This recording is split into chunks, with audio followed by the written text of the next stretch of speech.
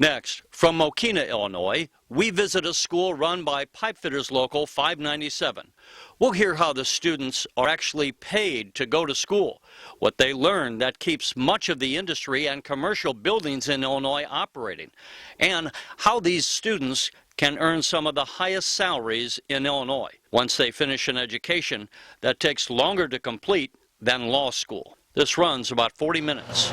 John Lane, you're the training director of Pipefitters Local 597 here in Mokena, Illinois, and we appreciate you allowing the Illinois Channel to come here and learn a little bit about your training facility and really what it takes to become a pipe fitter. I think most people will probably hear something in this story that I know for me was all new, and it's kind of fascinating.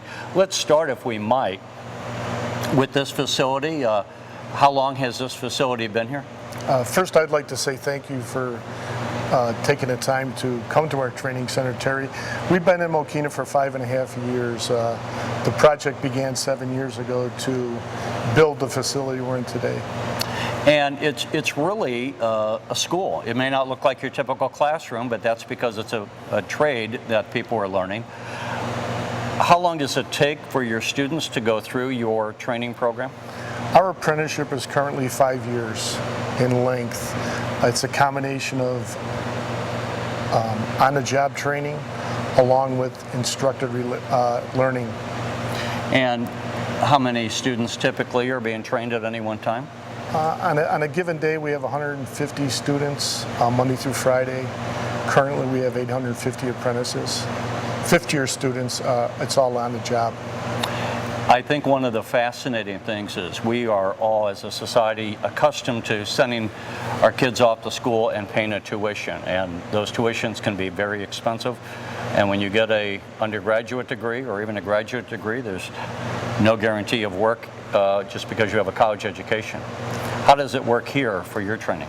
Well, in our program, our students' education is paid for by our members.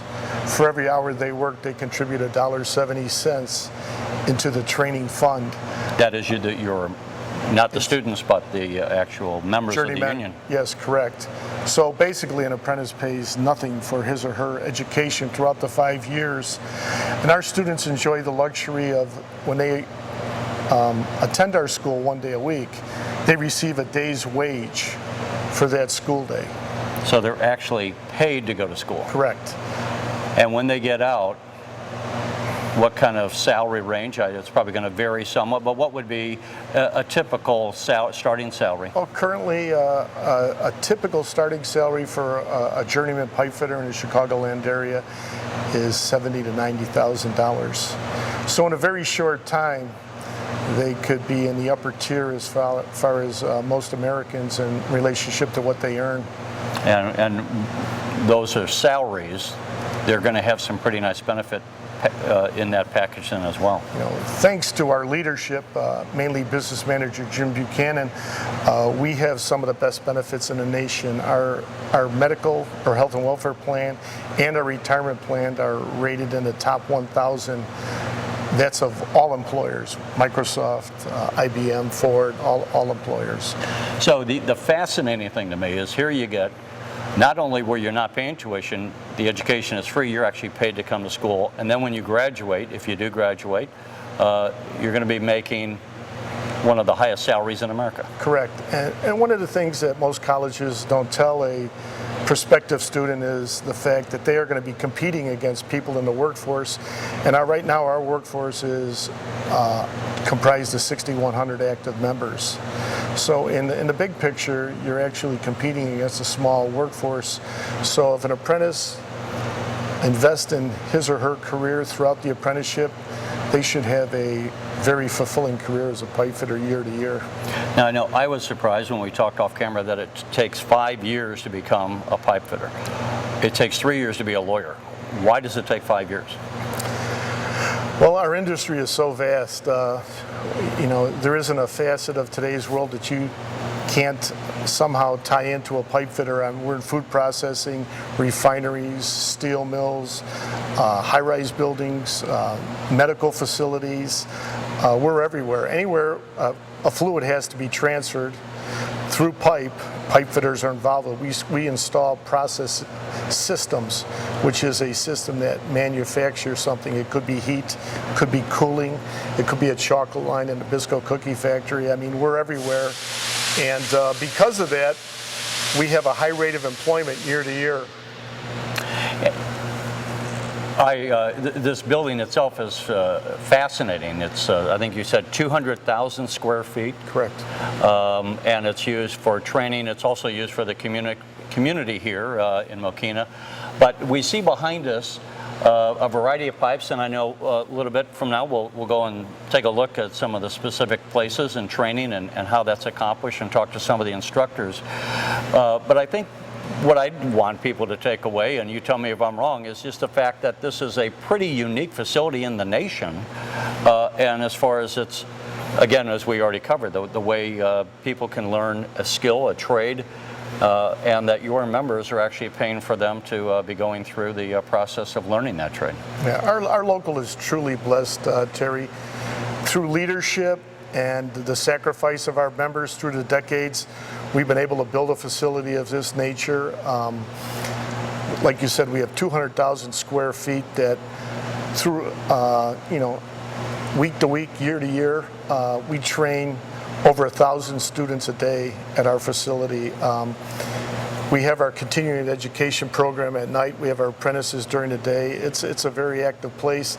And then you had mentioned community involvement. In 5 years, we've probably had sponsored or hosted over 200 community type events, whether it be the fireman graduation or the Children's Community Playhouse, Little League Baseball pictures, you name it. If somebody wanted to apply to maybe enter the trade, how would they even begin to do that?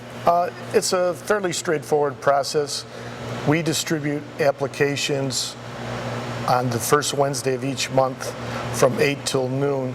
The individual has to come to our training center, complete the application on site, at which point he or she will be given a date to appear to take an aptitude test. After that aptitude test is completed, the individual has to go through an oral interview, which involves one of our contractors and one of our union officers. They're scored for each. After they complete the interview, they receive a combined score, which then ranks them, depending on how many individuals come in a calendar year, from 0, for example, to last year, 1,400. And then depending on how many jobs we are given by the contractors determines how many apprentices. How competitive is it, let me ask, to get into the program? Last year we had 1,400 individuals complete registration for apprenticeship opportunities, and we accepted 135. So you're looking at about 11-to-1 ratio. I know we're going to be able to talk to some of the other instructors and some of the students, and we'll visit with you with some of the other locations. What can you tell us? This is a huge room, and yet it's only, relatively speaking, a small part of the overall facility. What is this room we're in, and why do we see all these pipes? Well, it's funny you mentioned a huge room. When we moved in here 5 years ago, my lead instructor, Bill Wren, and myself looked across the room from the mezzanine deck, and we said, what are we going to do with all this space? And in a very short time, over a period of 3 years, we've gotten to the point where we've almost outgrown it. And what you see here is a room that encompasses both the heating and cooling side of our industry. A large sector of our industry involves comfort heating, comfort cooling, and many of your listeners will be able to identify with that because, you know, their homes or their office buildings or the places they shop in typically are serviced by our technicians, and the comfort they experience is that comfort provided by the systems and the skill of our technicians. You know, and I should have started earlier. Let's define, when we talk about a pipe fitter, what does that even mean? What is it that a pipe fitter does? A pipe fitter installs process systems. Once again, a process system is a system where something is manufactured. So we set the pieces of equipment that might generate the power or pump the fluids throughout the system, and then we also install all the connecting piping, eventually down to the controls that will modulate these systems. There's a lot of applications I've learned that pipe fitters are involved in that I had no clue about. Food processing. Nuclear, oil refineries, steel mills, dental labs, veterinarian labs, your elementary schools, your high schools, your colleges. And when we go in these high rises? Your high rises, all the heating and cooling that takes place in our high rises downtown was installed and is maintained by our members. Downtown Chicago. Yes, it's a vast industry. And it's really, that's what I've come to learn. It's really far more affecting our daily lives than we realize. It's not that occasional oil pipeline or gas pipeline that's bringing fuel. The reason why that is, Terry, is the majority of our pipes are behind walls, in ceilings, in mechanical rooms where a customer or a visitor might not see them. Until you get out to your refineries, you typically won't see our pipe exposed, so most of our best work is hidden. John, as we stand here in this room, there's all this piping. How did this come to be? Well, this system was devised or developed over a period of time. Our second and third year apprentices did the installation, and it's quite a testament to their skill levels at a very quick point in their careers. Some have criticized me for being too demanding in relationship to the training that goes on here at the training center, but the reason why we fast track our apprentices is we want to make them as marketable as quickly as possible. Well, if it's all right, let's take a look at some of the other areas, and maybe we can talk to some of your instructors. Great. Great.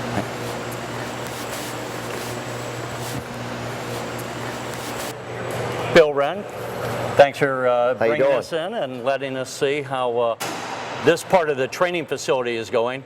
I think one of the things that a lot of people, when we hear pipe fitters, we're thinking solely pipe and putting pipe together.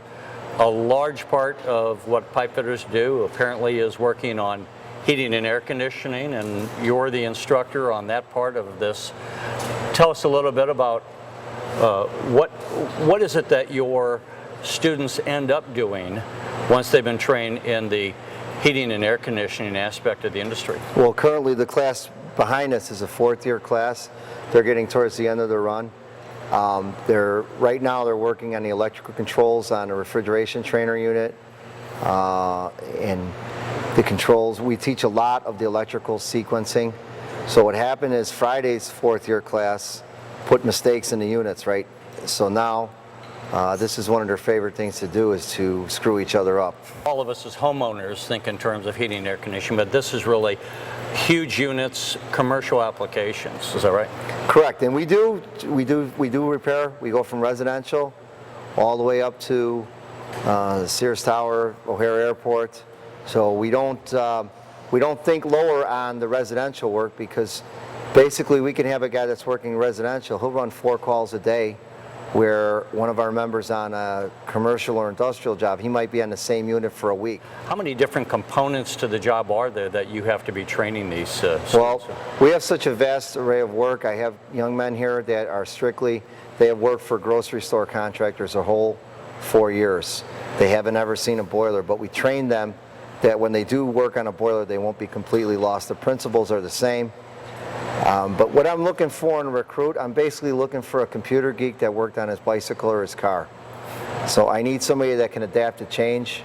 And as you see in computers, every couple of years there's a new operating system. So I want a young person that's okay with change. Our guys, they walk into a building, they've never been there before, and they're asked to repair an existing system that's been there 10 years. So our guys have to be able to adapt and overcome different conditions. The unit might be the same, it's in a different location, different application, different temperature control. So our guys, we expect a lot out of them. You know, it's interesting because we often think of students learning the most recent technology, and I presume they do. But on the other hand, you have to train them to service technology that might have been installed 30 years ago. The technology, it's changed because it's computer-based now, but the same thing is happening in a computer board that used to happen with mechanical controls. We have 2 career paths, what we call the building trades, where more construction installation, and then the service work, which is working on existing mechanical equipment. It's the same pay, the same amount of time for training. Basically, it's 1,040 hours of mandatory training at our facility for both sides, for the construction and service. Although many of our servicemen and many of our construction pipe fitters come to school at night on their own, they can take the Journeyman classes, and our best guys probably are at about 1,400 to 1,500 hours of training by the time they leave the program. And that's the other thing I was going to ask. This isn't your typical classroom, but you actually also in the building have typical classrooms. To what extent are they doing this lab work, if you will, and to what extent are they in the We're at classroom? about probably 40% classroom, 60% in the shop. So some days more, some days less. I try at a minimum to get out in the shop for at least an hour and a half a day out of my 4-hour time class. I teach 2 classes a day at 4 hours each. What are some of the intellectual aspects of the job, and by that I mean math, sciences? How are those integrated into the learning process? Well, right now the class in my classroom part of this is the hydronic water flow, which involves differential math formulas. You need to be able to find the GPM. You need to be able to know how at a boiler usually is 180 degree, a hot water boiler is 180 degree water leaving, the boiler 160 after it gives up its heat and heats the building. What size pipe we need to get that water down that pipe. And I guess my larger point is, because they wear a blue collar doesn't mean that there's not intellectual input needed. No, They need to be some sharp guys figuring out some sciences. So we instruct our apprentices how to be able to analyze it and be able to determine that the pipe size is wrong, the pumps are wrong after they've been put in, because we work on a lot of continuing, the systems are already put in, they're working, but they're not working well. And so they have to be able to figure out how to, be able like a doctor, to diagnose the problem Exactly. and what's the solution. Exactly. Well, I know there's other aspects of the building here and trades we're going to take a look at. We appreciate you spending some time with us. Thanks so much.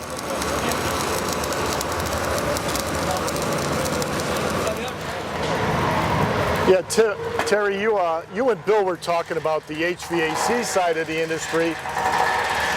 This is an example of the building trades or the construction side of the industry, which some might be more familiar with. You know, it's the actual connecting of pipes that you would see out in a refinery. This is a mock refinery that was designed and built by our instructors and our apprentices.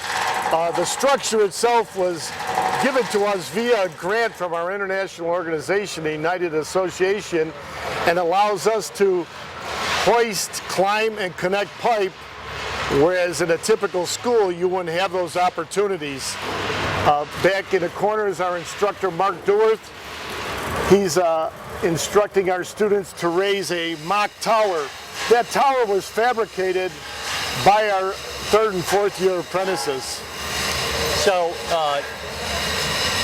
again, we had talked about your trade is divided into more or less the HVAC, the air conditioning and heating side, and then the, what do you call it? The building trades. The building trades, which again, for me, the layman, I would just say this is the pipe of the pipe fitters. Right. And how much, as we divide the work that your students do, how much goes to the heating, air conditioning, and how much to the building trades? It's about 65-35, 65% building trades and 35% HVAC. But our HVAC side is probably the fastest growing side at this time.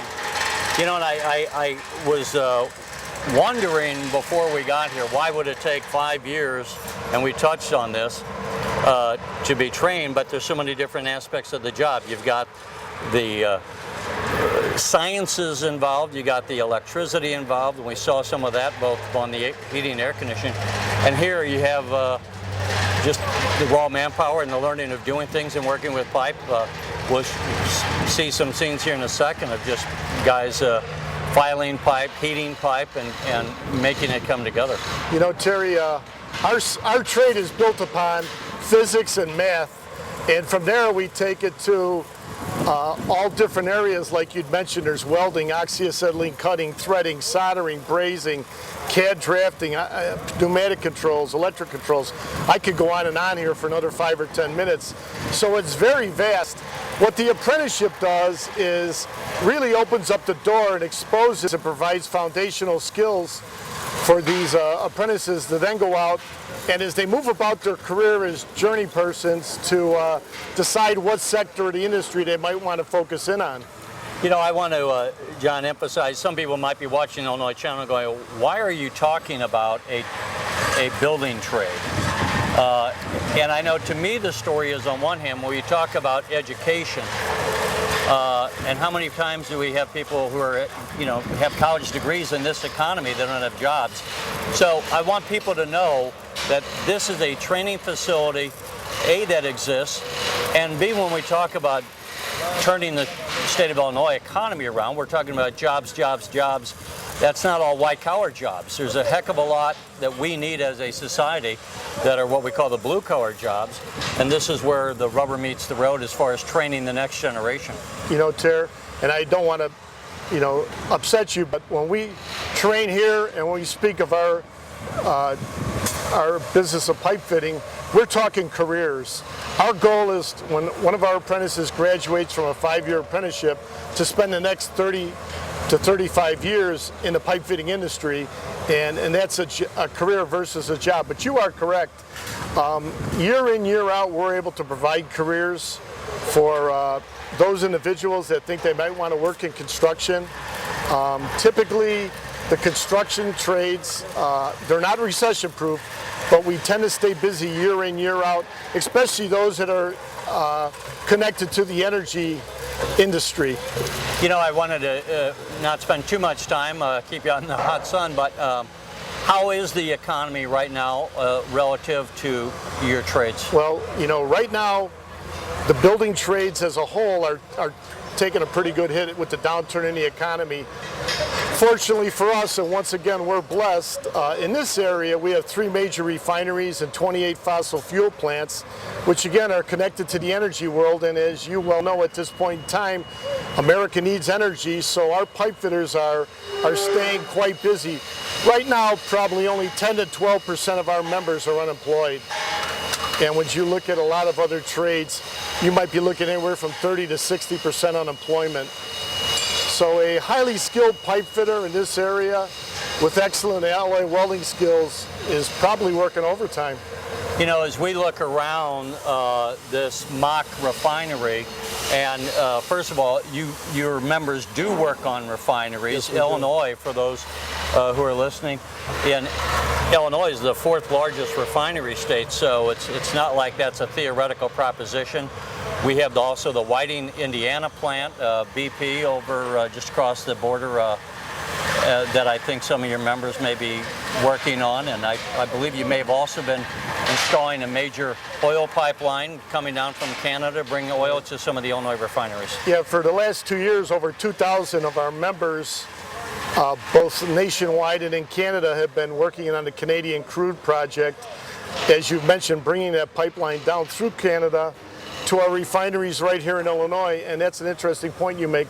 Very few Illinois residents realize we have the refining capacities we do in this state, and one of the reasons why it's not only central hub of the country, but it's a stable geographic area. And as we've seen over the last 5 to 7 years with some of the natural disasters which take place, like Katrina, for example, it can have a devastating effect on our refining abilities. Yeah, the Katrina shut down some of those refineries in the Gulf, so that's why we don't have the earthquakes that California has. We don't have the hurricanes, obviously, to that end, and I don't think tornadoes are really going to do too much damage on a refinery. They're pretty solid things. As we look around here, again, at this facility where you're training, what are some of the things we're looking at? We have some guys here working on a pipe, some guys in the background there doing some welding. Tell us what do you see, and explain what's happening. Looking at a number of our apprentices who are fabricating pipe. They're using measuring, cutting, and then welding, 3 most important parts of a pipe fitter's daily routine. as I explained in the background, is a tower that's been built. We also have some tanks that are being built by our apprentices out of pipe. Eventually this system will be up and running. We won't refine oil, but we will recirculate water via pumps throughout the system in the connecting piping. And when we talk about putting together the pipe as we are here and the welding, how critical is that, and what's involved in the art of, is welding the proper term? Yes, it is, Terry. That's a good question. Our welders are trained to X-ray level qualifications, and by that we mean when they complete a welded joint, it is literally X-rayed for minute defects, and the codes allow us a certain amount of minor defects, but these are very small, almost the size of pinheads. And our welders go out day in, day out under any conditions and make these welds. It's a testament to their skill. Pipe welders are typically the best welders in the country. I know you have a facility here where some of the students focus just on the welding. Maybe we can go take a look at that. That'd be great. Great.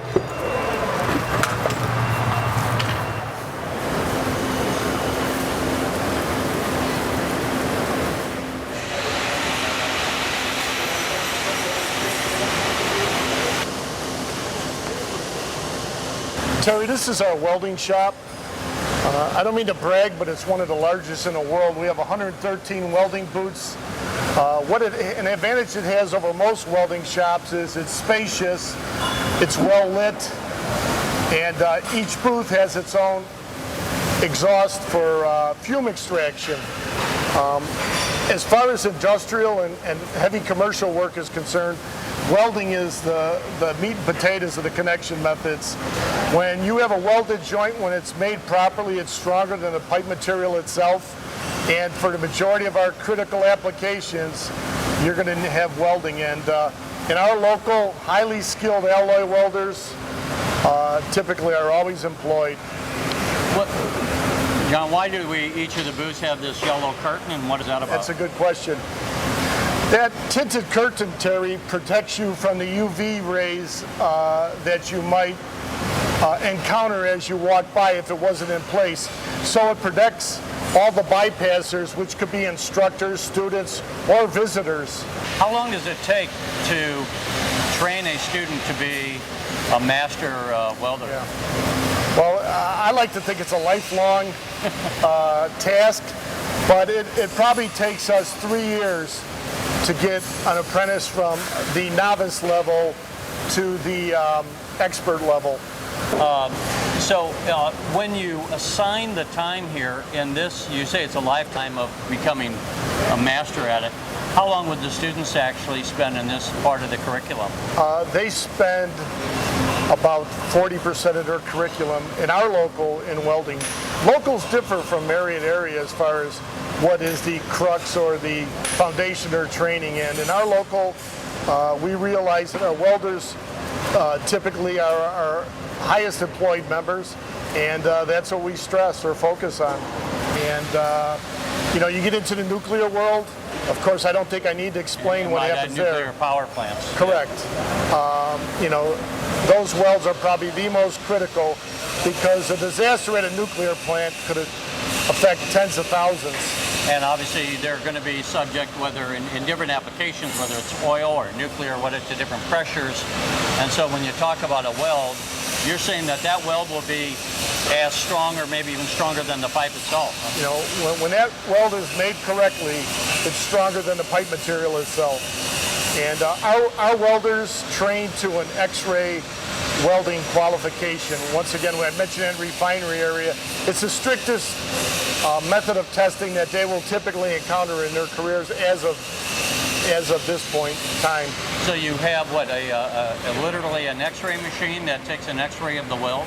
Yes, we do, Terry. Is that typical to have an X-ray lab? No, there's 3 training centers in America, and the UA is comprised of 304 training centers that have X-ray labs. Oh, that's amazing. Well, maybe we can take a look at that. I'd just like to see if it's one of a handful. Kind of see what it looks like. Dave Doyle, Terry Martin. Hi, Terry. Nice to meet you. Nice to meet you. John Lee told me that this is the area where you check some of the welds using X-ray equipment, and that you're the inspector. What can you tell me about what equipment you're using, and why is it that you use X-rays? Well, what we have here is a 320 X-ray tube in this cabinet, and it's capable of X-raying about 2.5 inches of steel. And what we do is X-ray the welds here when the apprentices or journeymen come in to be certified for a weld. And we can find internal defects this way. After they've passed the visual inspection and the external features are acceptable, they bring them here. I take the X-ray, and then I can tell if they've trapped any defects subsurface. And what, if the camera can see this, you actually have, I guess this is a piece of, what, X-ray film on the bottom? It's an imaging plate. We've gone completely digital. There's no actual film anymore. Okay. And so this is a digital imaging plate that we take the exposure here, and then I bring it over to a laser reader, and it converts it over to a digital image. And we may or may not be able to see, I don't know if we can show this, there's what was 2 different pieces of pipe, and they were welded together here. So that's what you're checking the quality of that. Correct, yeah. Can we take a look at what the weld would look like after you take a picture, or what an X-ray, Yeah, I should sure. say, would look like? Come on over. This is your X-ray. This is the reader unit, and this is where I take the imaging plate, insert it here. The laser takes the latent image off of the imaging plate, converts it over to a digital image. All the welder information, the date, the weld test that he took. And how does this look, if I might say? We see an X-ray here. What would it? Is this a good weld, or? This looks like a good quality weld, yes. And what would it look like if it were not a good weld? Well, we would see internal defects, depending on the nature of the defects. Some are, there's different. There's linear defects, such as lack of fusion, or sometimes they'll leave some slag trapped in there in a line, so you'll see a dark linear line. Now we see a little bit of dark lines. But that's right. a natural? There's a counter bore in here, so we see a line where the counter bore ends, and then there's some, the contour of the weld on the outside actually has some valleys in it that show up. So you have to, with experience of reading these things, you get to know, what to look for, and what's a defect, and what's a feature of the weld based on its contour. We all know that X-rays are used in medicine. I don't know that anyone, a layman like me, realize that you use it in the construction trades. Yeah, yes. So is this how you grade some of the students' work? Do they all have to pass this? Yeah, the apprentices, as part of their process? As they're going through the process, as they go through first year, they have to take a certain certification test, and second year they got a couple more they have to take. I think by the time they're finished, I believe they have about 5 or 6 certifications by the end of the process. What would be the result if you had a weld that wasn't so good out on a job site? Out on the job site, if you had a reject, you'd have to go back with the film, mark the area that was rejectable, and they'd bring a crew in, grind out the defective part, and make a repair, re-X-ray it again. And I guess the point I guess I was thinking that obviously it could be catastrophic if you have people welding where the welds aren't done right, because it wouldn't stand up to the pressure and the job requirements. Right. Yeah. Well, listen, this is fascinating, and we appreciate you taking the time to explain to us how, I guess, you're keeping these students on their toes, make sure that the welds are getting up to snuff. Yeah. Thanks again. You're welcome. Appreciate it.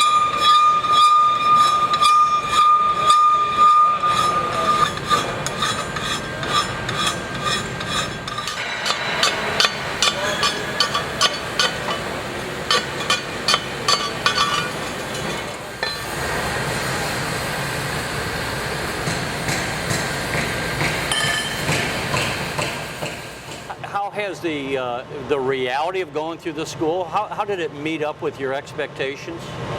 I love everything that I do in the field. It's from the welding to copper work and everything. It's just all the challenges are what I expected. So, how is your focus? Do you know as yet if your focus is going to be on the construction side, construction trades, or on the HVAC?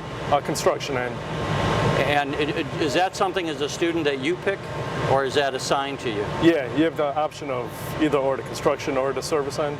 Actually, to what extent? is the training engaged in things like math and sciences and all? What do you learn as a student? As a student, I mean, you have to know math in the first place to get all the layouts and all the different laterals and different things that we got to build out on the job site, and to get the end-to-end measurements from your flange to where your elbow is going to be.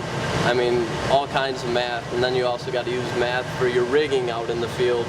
So, you know, you got to make sure that pick's going up level, so, you know, you're not hitting anybody else, because where I work, there's people all around you working. So if you're going to make a pick, you got to make sure you're going up and there's, you know, no mistake happening. So. To what extent, when you're out there and you're working with Journeyman, are you finding that what you've learned in the classroom, if you would, is applicable to the job site? Everything you learn in class kind of goes along with what you do out there. You know, the older guys have their different ways, and maybe not the newer ways that we're taught here. So I mean, it's a little bit different. You got to take a little bit of what you learn here, and then it depends who you work with and how you use it. So. And for any of you, for all of you, let me just say, you know, if somebody's watching this and they're thinking, you know, this is the first I've heard about it, if they're considering, hey, maybe I should apply, what would you say? What would be your reaction? Be your best choice if the trade's what you want to get in. It does very well for people. Everyone that I know is treated if they take the opportunity to do so, to be your best. Mark, what would you say if someone's thinking of it? What kind of person would you say ought to apply to a place like this? Someone who should apply should be someone who likes to work with their hands, because you're going to get dirty.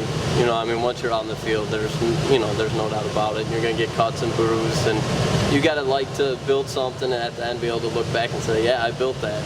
So, yeah, someone with a sharp mind that likes working with their hands. And lastly, I don't mean to be too personal, but this is a pretty sweet deal as far as actually you're not paying tuition, you're getting it taken care of. How important was that aspect as far as deciding to come here?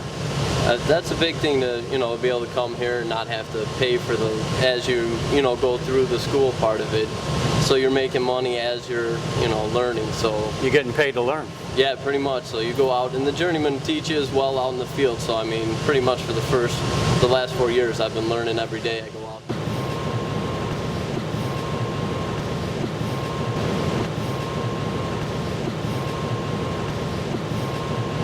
John, I got to ask, right here off the floor room of where you train the students, are these two amazing trucks. What is the purpose of these? These trucks and trailers, once again, were the brainchild of our business manager, Jim Buchanan.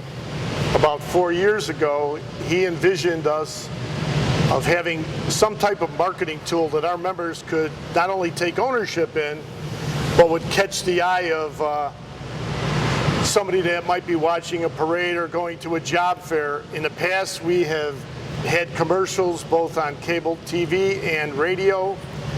They didn't seem to have a great effect, and Jim came up with the idea of the truck and trailer concept.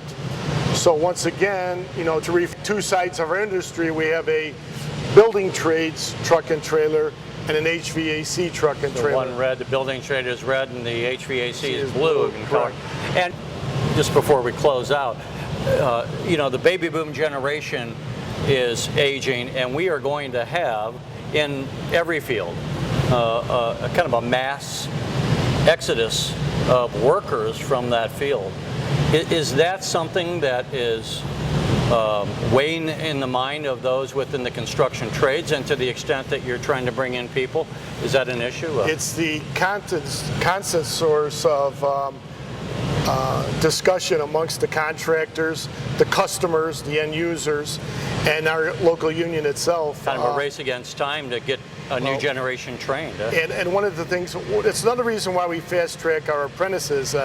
Even though it's a 5-year program, we try to get them the core skills, the marketable skills as quickly as possible. But it's a great concern, and you know, anything we can do to improve our training program, we try to do. We embrace technology, you know, and it's a concern. And I know America will meet those challenges. There's just going to be some growing pains. Anytime there's a loss, your mature workforce, it doesn't impact you, but we're doing our best to try to stay close to the numbers in relationship to the members we lose.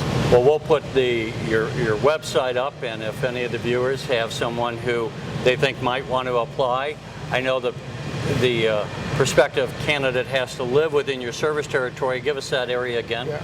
Our geographic jurisdiction is the Wisconsin border to Kankakee, East Moline, Illinois to the west, and South Bend, Indiana to the east. It encompasses 21 counties. So as long as the applicant lives in our jurisdiction at the time of application, they can be a prospective candidate for our program. Well, we appreciate you taking the time to show us, and good luck to you, and thank you again for taking the time to explain this to me. It was a pleasure. Thanks so much. Thank you.